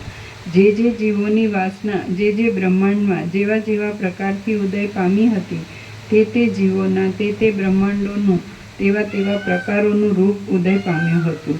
વાસ્તવિક વિચાર કરતા બ્રહ્માંડોમાં કોઈ ઊંચું નથી, કોઈ નીચું નથી અને કોઈનું જવું આવવું પણ થતું નથી. સર્વના અધિષ્ઠાનભૂત કોઈ અખંડિત વસ્તુ તો બીજી જ છે અને તેની સત્તાથી જ સઘળા બ્રહ્માંડો સત્તા પામ્યા છે. સર્વના અધિષ્ઠાનભૂત કોઈ અખંડિત વસ્તુ તો બીજી જ છે અને તેની સત્તાથી જ સઘળા બ્રહ્માંડો સત્તા પામ્યા છે. જેમ બાળકને અનેક સંકલ્પો ઉત્પન્ન થાય છે અને ઉત્પન્ન થઈને વળી શાંતિ પણ થઈ જાય છે. પરબ્રહ્મ અખંડ સચ્ચિદાનંદ, અખંડ જ્યોતિ સ્વરૂપ પરમાત્મા, અખંડ સચ્ચિદાનંદ પરમાત્મા, અખંડિત વસ્તુ અથવા તો પરમ ચિદાકાશ, પરમ જ્યોતિ, અખંડ જ્યોતિ અથવા તો મહાચિદાકાશ જ્યોતિ, અનંત અખંડ અભેદ. અખંડ એટલે એ જ છે પૂર્ણ. એમ એવું ને? એ પૂર્ણ જ છે. અખંડ એટલે એ પૂર્ણ જ છે. બસ એ જ છે. બધી એ જ વસ્તુ છે, અખંડિત વસ્તુ. સર્વના અધિષ્ઠાનભૂત કોઈ અખંડિત વસ્તુ તો બીજી જ છે અને તેની સત્તાથી જ સઘળા બ્રહ્માંડો સત્તા પામ્યા છે. જેમ બાળકને અનેક સંકલ્પો ઉત્પન્ન થાય છે અને ઉત્પન્ન થઈને વળી શાંતિ પણ થઈ જાય છે, તેમ અવિદ્યાથી ઉઠતા સંકલ્પોને લીધે સંકલ્પોની શાંતિ અવિદ્યાની. જેમ બાળકને અનેક સંકલ્પો ઉત્પન્ન થાય છે અને ઉત્પન્ન થઈને વળી શાંતિ પણ થઈ જાય છે, શાંત પણ થઈ જાય.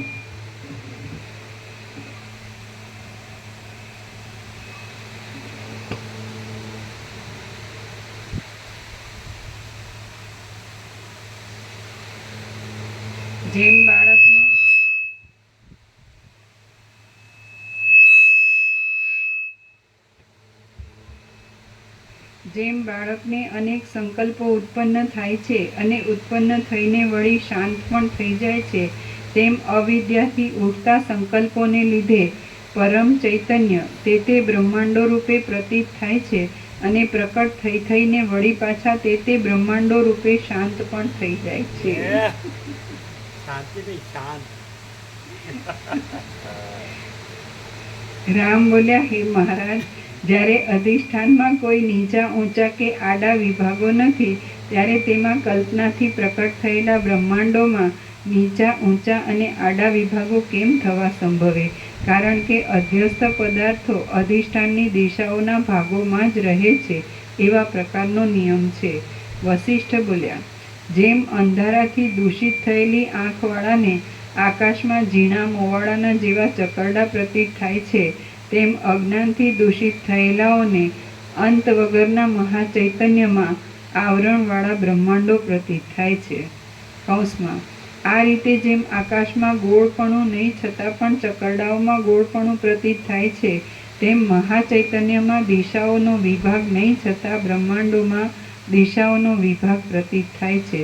કૌંસ પૂરો. આ બ્રહ્માંડમાં સર્વ પદાર્થો ઈશ્વરેચ્છાથી આમ તેમ દોડ્યા કરે છે. તે પદાર્થો કાંઈ સ્વતંત્ર નથી. આવા બ્રહ્માંડમાં પૃથ્વીના ભાગને નીચેનો જાણવો અને તેનાથી બીજાને ઉપરનો ભાગ જાણવો, અથવા જેમ ગોળ ઢેફાને દશે દિશાઓમાં વળગેલી કીડીઓના પગ ઢેફાને જ અડેલા હોય છે અને તે કીડીઓની પીઠ ઉપર આકાશ જ હોય છે, તેમ બ્રહ્માંડોમાં ચાલ્યા જતા સર્વે લોકોના પગ પૃથ્વીના ભાગોને જ અડેલા રહે છે અને તે લોકોને માથે આકાશ જ રહે છે. માટે પૃથ્વીના ભાગોને લઈને જ ઊંચા નીચા પ્રદેશોની કલ્પના છે, પણ અધિષ્ઠાનના ભાગોને લઈને તે કલ્પના નથી. ઉપરવાળો બધું છે, એ જ બધું જુએ છે. લીલાએ જે બ્રહ્માંડો જોયા હતા તે બ્રહ્માંડોમાંના કેટલાકમાં પૃથ્વી વૃક્ષોથી તથા રાફડાઓથી જ વીંટાયેલી હતી અને તેમાં મનુષ્યો નહોતા. તેમનું નિર્મળ આકાશ દેવતાઓથી કિંવા પુરુષોથી તથા દૈત્યોથી વીંટાયેલું હતું. જેમ અખરોટનું ફળ છાલની સાથે જ ઉત્પન્ન થાય છે, તેમ ગામો, નગરો અને પર્વતો સહિત બ્રહ્માંડ પણ કલ્પના માત્રથી આવરણોની સાથે જ ઉત્પન્ન થયું છે. જેમ વિંધ્યાચળના વનના અમુક પ્રદેશમાં અનેક હાથીઓ જોવામાં આવે છે, તેમ પરમ ચૈતન્યમાં બ્રહ્માંડો રૂપી અનંત ત્રશ્રેણુઓ જોવામાં આવે છે. સઘળું દ્રશ્ય બ્રહ્મમાં જ રહ્યું છે. તે બ્રહ્મથી જ પ્રકટ થાય છે અને બ્રહ્મમાં જ લય પામે છે. આ રીતે સર્વ દિશામાં, સઘળા કાળોમાં અને સઘળી વસ્તુઓમાં બ્રહ્મ જ છે. તો એ બ્રહ્મથી મોટો કયો પદાર્થ હોય? પરમ પ્રકાશમય અને શુદ્ધ બોધમય એ બ્રહ્મરૂપ સમુદ્રમાં બ્રહ્માંડો નામના તરંગો નિરંતર ઉત્પન્ન થઈને લીન થયા કરે છે. પરમ પ્રકાશમય અને શુદ્ધ બોધમય એ બ્રહ્મરૂપ સમુદ્રમાં બ્રહ્માંડો નામના તરંગો નિરંતર ઉત્પન્ન થઈને લીન થયા કરે છે.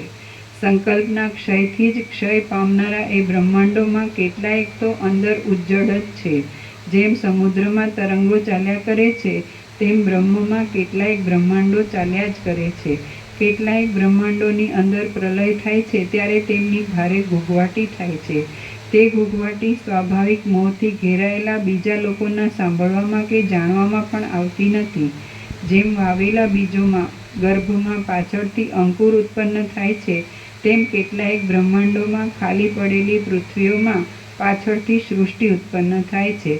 જેમ તાપમાં હિમના કણો પીગળી જાય છે, તેમ કેટલાયક બ્રહ્માંડોમાં સૂર્ય, અગ્નિ, વીજળીઓ અને પર્વતો જગતનો પ્રલય કરીને પોતે પણ પીગળીને નાશ પામવા તૈયાર થઈ જાય છે. કેટલાયક બ્રહ્માંડો કલ્પના આરંભથી નીચે જ ઉતર્યા કરે છે, પણ હજુ સુધી તેમને કોઈ આધાર મળ્યો નથી. ત્યારે કેટલાયક બ્રહ્માંડો વિખાઈ જઈને પાછા તુરત જ ઉત્પન્ન થયા કરે છે. કેટલાયક બ્રહ્માંડો આકાશમાં પ્રતીત થતા ઝીણા મોવાડાના ચકરડાની પીઠે સ્થિરપણાથી રહ્યા છે, ત્યારે કેટલાયક બ્રહ્માંડો વાસનાઓને અનુસરીને વાયુની પીઠે દોડતા જ લાગે છે. વેદોમાં અને શાસ્ત્રોમાં કહ્યા પ્રમાણે બ્રહ્માંડોનો પહેલો આરંભ જ ક્રમ વગરનો અને નિયમ વિનાનો થયો છે.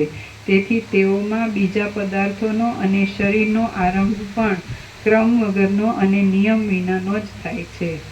કેટલાયક બ્રહ્માંડોમાં બ્રહ્મા આદિપુરુષ થયેલા છે, કેટલાયકમાં વિષ્ણુ આદિપુરુષ થયેલા છે, કેટલાયકમાં બીજાઓ આદિપુરુષ થયેલા છે અને કેટલાયક બ્રહ્માંડો આદિપુરુષ વિનાના જ છે. કેટલાયક બ્રહ્માંડો વિચિત્ર આદિપુરુષોવાળા છે, કેટલાયક બ્રહ્માંડો પશુ પક્ષીઓથી ભરેલા છે અને કેટલાયક મહાસમુદ્રથી જ ભરેલા છે અને કેટલાયક ઉત્પન્ન જ થયા નથી. કેટલાયક શિલાના ગર્ભની પેઠે ઘાટા જ છે, કેટલાયક કીડાઓથી જ ભરેલા છે, કેટલાયક દેવતાઓથી ભરેલા છે અને કેટલાયક મનુષ્યોથી જ ભરેલા છે. કેટલાક બ્રહ્માંડો સર્વદા ઘાટા અંધકારથી જ ભરેલા છે અને તેઓમાં અંધકારને મળતા જ સ્વભાવવાળા પ્રાણીઓનો વ્યવહાર ચાલ્યા કરે છે. કેટલાક બ્રહ્માંડો સર્વદા પ્રકાશથી જ ભરેલા છે અને તેમાં પ્રકાશને મળતા જ સ્વભાવવાળા પ્રાણીઓનો વ્યવહાર ચાલ્યા કરે છે. કેટલાક બ્રહ્માંડો ઉંબરાના ફળોની પેઠે મગતરાથી ભરપૂર છે. કેટલાક બ્રહ્માંડો અંદર ઉજ્જડ જ છે અને કેટલાક બ્રહ્માંડો સ્પંદન રહિત પ્રાણીઓવાળા જ છે. બીજા બ્રહ્માંડો તો વળી એવી સૃષ્ટિઓથી ભરપૂર છે કે તે સૃષ્ટિઓ આકાશના મોટા પર્વતની પેઠે યોગીઓની કલ્પનામાં પણ આવતી નથી. એમની વચ્ચે જે પરસ્પરના અંતરરૂપ મોટું આકાશ છે તે તો અત્યંત પથરાયેલું છે. વિષ્ણુ આદિ દેવતાઓ જીવતા સુધી તેમાં ચાલ્યા જ કરે તો પણ તેઓ તેનું માપ લઈ શકે એમ નથી. વિષ્ણુ આદિ દેવતાઓ જીવતા સુધી તેમાં ચાલ્યા જ કરે તો પણ તેઓ તેનું માપ લઈ શકે એમ નથી. આજે આકાશ પરમાકાશ કીધું એની વાત છે.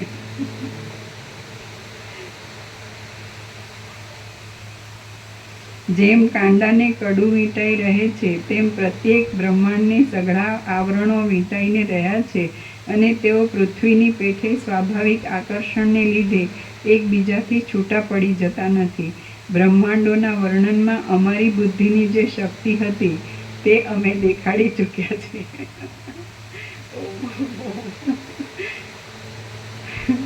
બ્રહ્માંડોના વર્ણનમાં અમારી બુદ્ધિની જે શક્તિ હતી તે અમે દેખાડી ચૂક્યા છીએ. આથી વધુ જે કાંઈ છે તે વિશે અમારી બુદ્ધિ પહોંચતી નથી. હે મહાબુદ્ધિમાન, હવે જગત સંબંધી આથી વધારે વાત કરવાની મારી શક્તિ નથી.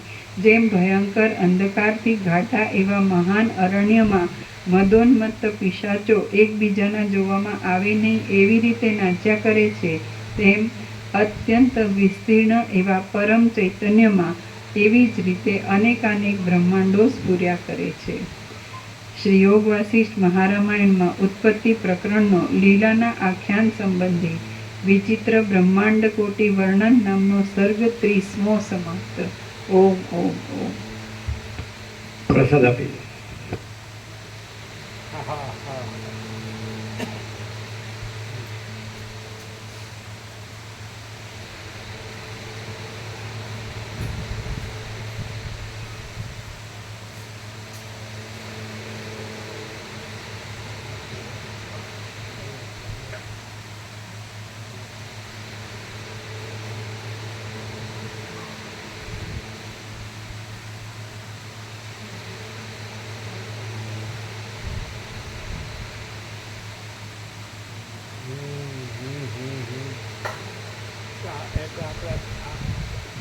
અને પરમાકાશમાં બ્રહ્મ છે જે અપરિચ્છિન્ન નામ આપશે આપણે સાંભળ્યું જાણ્યું.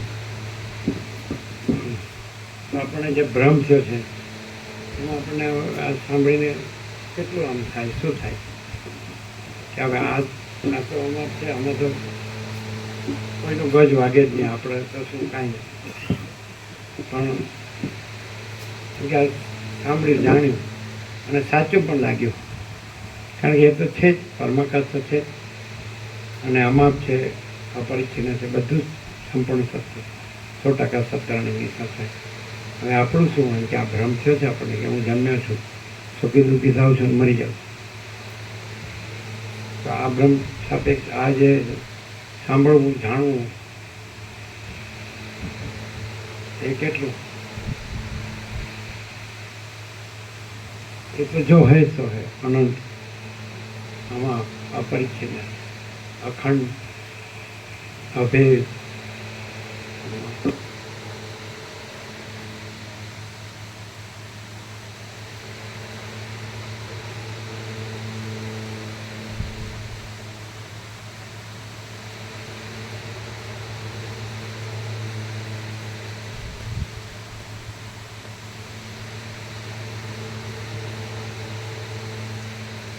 મોટામાં મોટું કે નાનામાં નાનું કોઈ કાંઈ થતું નથી.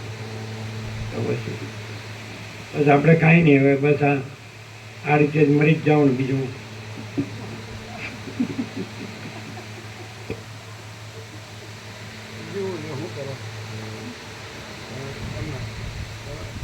એટલે ધમ પછાડા કરો. વિષ્ણુના ને શિલાના ને પેલાના બધાના ગરુડના ને વાયુના પવનના ને કોઈના ધમ પછાડા ચાલતા નથી. હવે તમારું ધમ પછાડું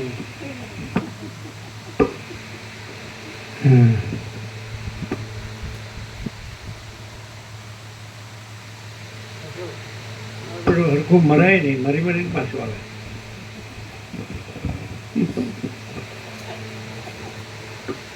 ખીચડી દહીંમાં દાડા કાઢવા એવું પડે દશામાં બધું. કે થોડુંક પેલું માટલીનું પાણી પીવાઈ જાય તો ઉલટી ઝાડા ઉલટી. એ બોલો પાણી પીવામાં જ ઝાડા ઉલટી થઈ જાય ને બધું અહમ બ્રહ્માસ્મી.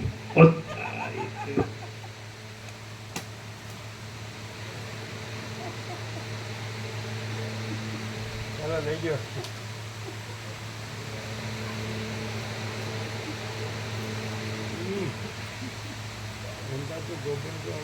અગ્નિ દેવતા જ આને પાવન કરે. બ્રહ્મપુર સાહિત્ય બોલો માનવ મંગળ.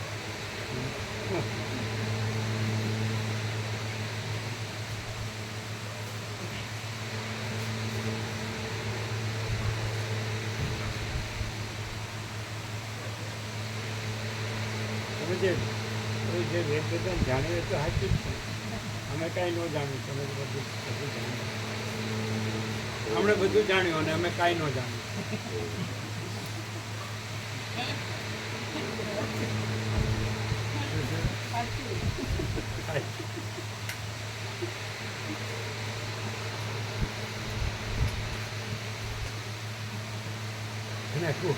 ગુઆપુર કે કુલર લાવો, કુલર લાવો કે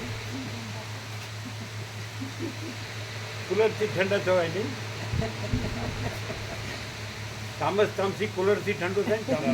પેલો ઠંડુ તામસ તામસી હતો મચ્છરામાંથી થયો હતો ને, મચ્છરામાંથી હજુ આખી પૃથ્વી ઢાંકી દે એવું સબ થઈ ગયું મોટું. આકાશને પહોંચવા જ ગયું માપા.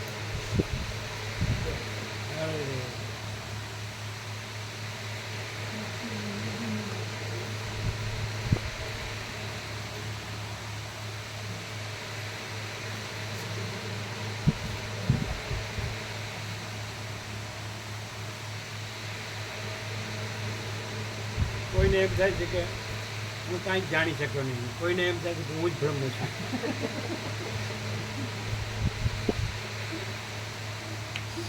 કરવું શું? બે હારે બેઠા હોય વસીત પ્રકાશમાં તો એક જણ કે ખરું આપણને કાંઈ આપણે કાંઈ જાણ્યું નહીં, અને એક જણ કે હું જ બ્રહ્મ છું.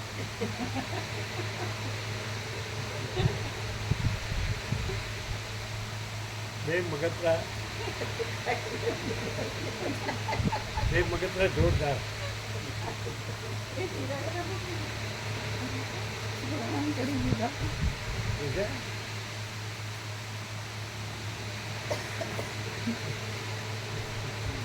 પેલા હાથેથી પડશે પેલું બે કેમ બે હસો છો?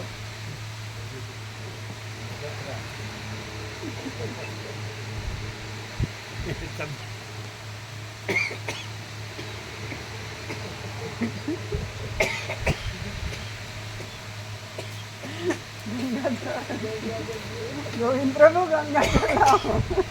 ના એટલે પરમાકાશ શબ્દ ન પકડ્યો, મગત્ર શબ્દ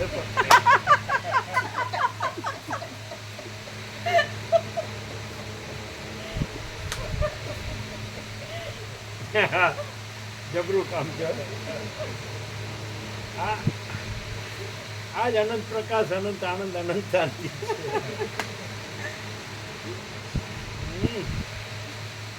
હા તમે પ્રસાદ જો બીજું પ્રસાદ ફૂલ છે. હા બનાવ્યો છે.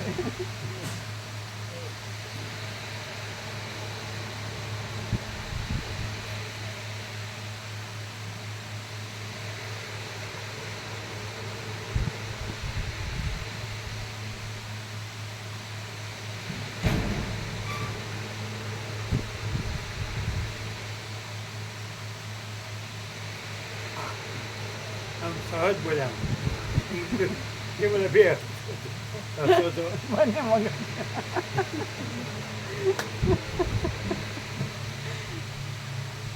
કેટલા છે 200 ને જોયું નહીં 38 ઉપર કેટલા થયા હા જોયું બરોબર જોયું હા આવ્યું કેટલા છે 31 તો લખી દો ને લખાતા કાલે તો લખાતા પણ અત્યારે એની સાથે કમ્પ્લીટ એમ નહીં એને કોઠો બનાવીને મોકલી નવી હા લખી દો એક કોઠો તો આપણે મોકલી દો વિવેક પ્રભુને આ બીજો કોઠો લખી દો હા એ તો બે મારે હું એટલું પણ પછી આ તમારું તમે લખતા હતા કાલે બેઠા હતા અરવિંદ પ્રભુ ફોન કરો અરવિંદ પ્રભુ આવી ગયું હા એમને તો કાલે જ લખીને આપી દીધું આપી દઉં હા કેટલા છે એમાં એ બે 53 કેટલા બે બસ છે એમાં થોડીક બે આખી છે બે ના બીજી બસમાં થોડીક જગ્યા છે લોકેટામાં અરવિંદ પ્રભુ આવેલા ને, આ પકડો, બેસી. આ તમારી બીજી બસ. સાંભળો એમાં આપણે જગ્યા પૂરી દઈએ ને પેલા કેટલા છે શિવરાના કેટલા છે એટલે તમે બીજું કર્યા વગર લખી નાખો ને ફટાફટ ક્યાં છે બળદેવ પ્રભુ ક્યાં છે આમાં છે આપો જ તમારો ફોન. ચલો ભરો ભરો ચાલો લખી દો હા, એ તો આપણે ગામના નામ છે ને ગામના આ છે. એ તમારે કેટલા છે શિવરાના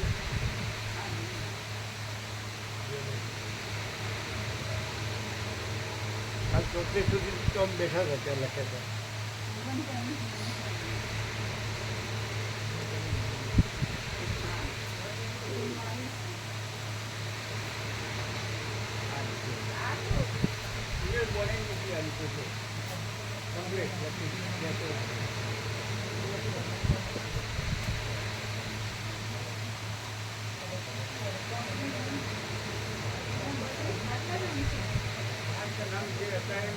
અરે વાતો કર્યા વગર લખો ને પ્રભુ એમણે પોતે જ આવું શીટ કરીને મોકલ્યું છે પણ આ શીટમાં નીચે જગ્યા એટલે એમને બધાય નામ નથી લખ્યા. એમના નામમાં તો 39 નામ છે.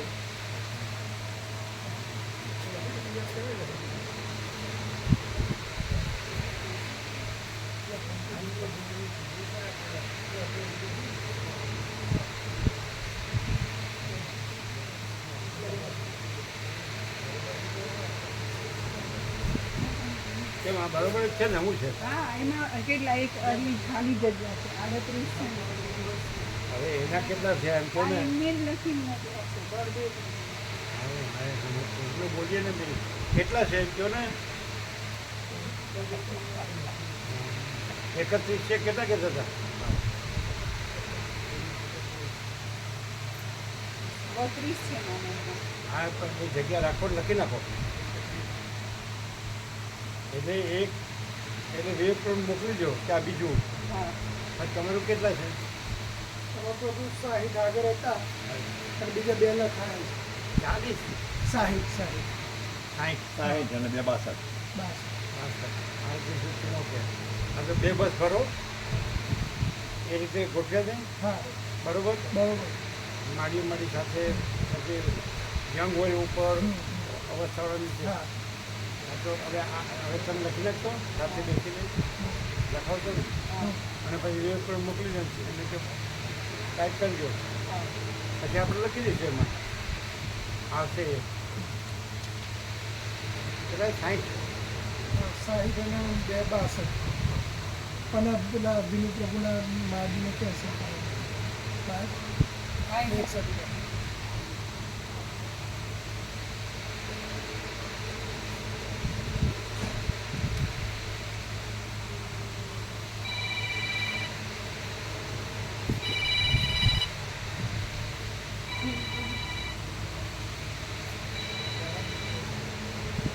પડદરપુરના કેટલા છે આમાં તો એમને 32 નામ લખ્યા છે બસમાં ગોઠવીને એમાં જે ડાબી બાજુની સીટ છે ને નીચેની એ 2 માળીઓને ગોઠવી દીધા. આ બાજુ જગ્યા ખાલી છે.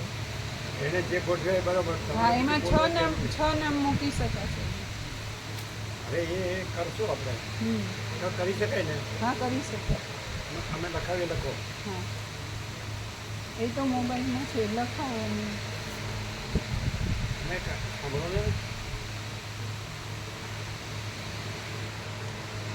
આમાંથી જે આપણે લીધા ને પેલા પીપળજવાળા એક, અને પછી સાંભળો પેલા વસંત હમણાં જેથી મારે 2 બાળકો પર એટલે એની એક સીટ ગણો હા. ઉપર, હા. એની ઉપર ગણો હા. વસંત જેથી મારી ઉપર સીટ ગણો હા. અનિતાને કહ્યું. અને આમની નીચે સીટ ગણો. હમ. દાદાની નીચે. આ એ નામ લખો ને દાદા હા, કીધા એટલે વગર. કાંતિ પ્રભુ. અને ગામનું નામ લખો પીપળજ. બસ. અને નીચે રાખો. હા. આની 2 સીટમાં એ 3 આવી જવા જોઈએ બાળકોને. એ કહેવાનું કે વસંત પ્રભુ ડૉક્ટર છે ને તો સમજીને કહેવાનું છે એટલે એના આ 2 સીટ અને વસંત પ્રભુ એ 3 સીટ એટલે એ ફ્રીમાં બરાબર. હા. પછી ધર્મેન્દ્ર પ્રભુ એ ફ્રીમાં હા. ચાલી રીતે કંઈક કરવાનું હોય તો આટલી તો બાકીની બધી સેવા કરવી પડે અને આટલી બધી બસો છે એટલે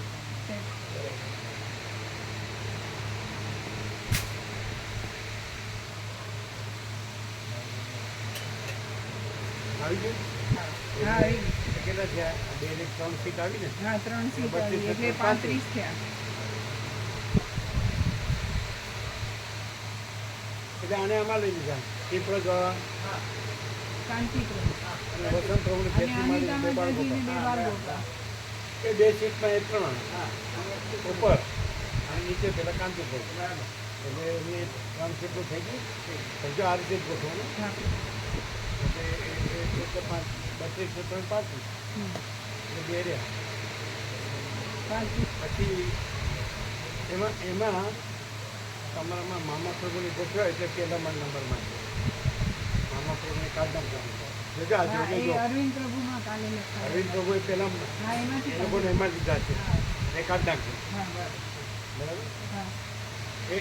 એ પેલું લિસ્ટ છે ને તમે જોઈ લેશો ને એમને પેલું લિસ્ટ દેખાડો એટલે એમાં તમારે ડબલ થતા હોય ને એ કાર્ડ નાખ કરો અત્યારે બેહો ખ્યાલ આવ્યો. કારણ કે અરવિંદ પ્રભુ મામા પ્રભુને એમાં ગણતા હતા. મામા પ્રભુને નહીં, આનંદ સર. મામા પ્રભુનું નામ અમે નથી લેતા. આનંદ સર ને એ તો એ તમારામાં એમાં જ તમારી સાથે લેજો ને હા, સેવા એમાં કરજો જ છે. એમની ને એમના માડીને હા. આનંદ પ્રભુ છે ને હા. એ અને માડીને સાથે લેજો તમારી સાથે. એટલે એમાં એવું થાય કે તમે એને આનંદ પ્રભુ સાથે લઈ લો ઉપર અને મારી સાથે એક વ્યવસ્થિત માડી નીકળીએ એટલે ઉપર ચડી શકે એમને અનેક વાર ખરા વિવેકી હોય ને એમના માડી યોગા શીખવા છે એટલે જાડું જેવું કેવું ન હોય વ્યવસ્થિત નમ્ર અને વિવેક વાળું હોય ને વિનય તો કોણ છે બીજું એને એડજસ્ટ કરવાનું તમારે અને સેવા કરવાની બે. આ લખ્યું છે ને, એટલે આ લોકોએ ભલે ગમે તેમ એડજસ્ટ કર્યો પણ આ મેં કીધું એમ તમારે એડજસ્ટ. અચ્છા એટલે એમાં રિપીટ હોય જો મામા પ્રભુ કોઈ જોજો પહેલા નંબરનું છે ને જે એટલે એ તમારામાં અનિલ પ્રભુ રિપીટ કરે કાઢ નાખે.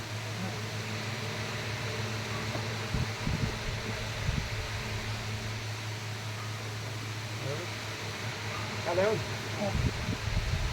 કારણ કે મામા પ્રભુ કીધું અમને આમ તમારી બસમાં ના અમે કીધું પડજો પણ એમને કીધું એમણે કીધું સલમાન સાહેબ તેના છે એટલે એમને એમાં લીધા. એટલે એવા કોઈ આ જે 8 જણા વસ્ત્રાના લીધા છે એ તમારા લીધા હોય તો કાઢ નાખે. હા. હવે તો આઈડિયા આવી ગયો. પહેલાં લખી લેજો એની એણે જે લખ્યું છે બળદેવ પ્રભુ એમાં કાંતિ પ્રભુ રીતે અને વસંત પ્રભુ એટલી માની 2 બાળકો પહોંચવા ડબલ સીટમાં 3 લીધું અને સેવાનું કહેવાનું કે સેવામાં છે વસંત પ્રભુ એટલે એ 2 ને 3 ને 4 સીટ છે તમારે નહીં ગણવી બરાબર. અને ધર્મેન્દ્ર પ્રભુની 5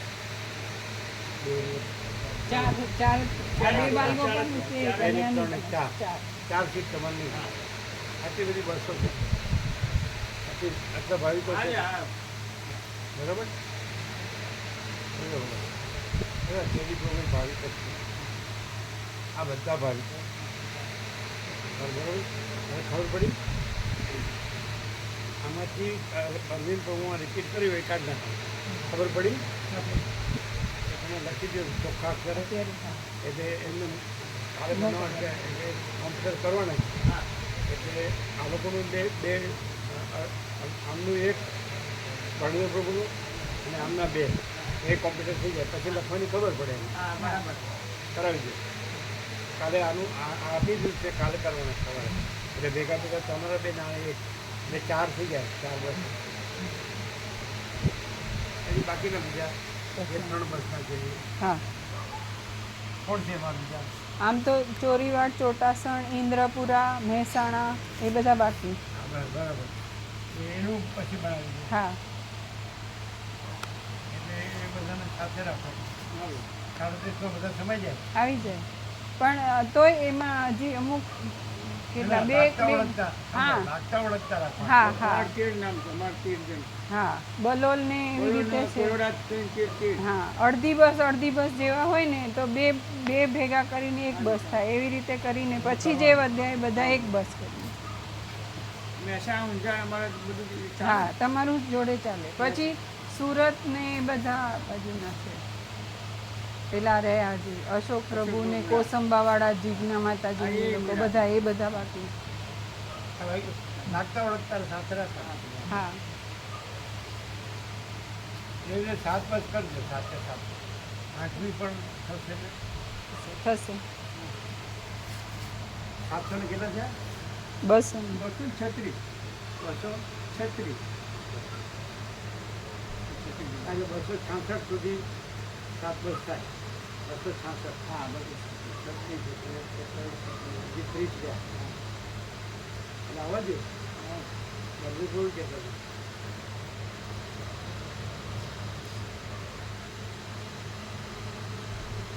કેવી 66 સુધી તો કીધું હા કીધું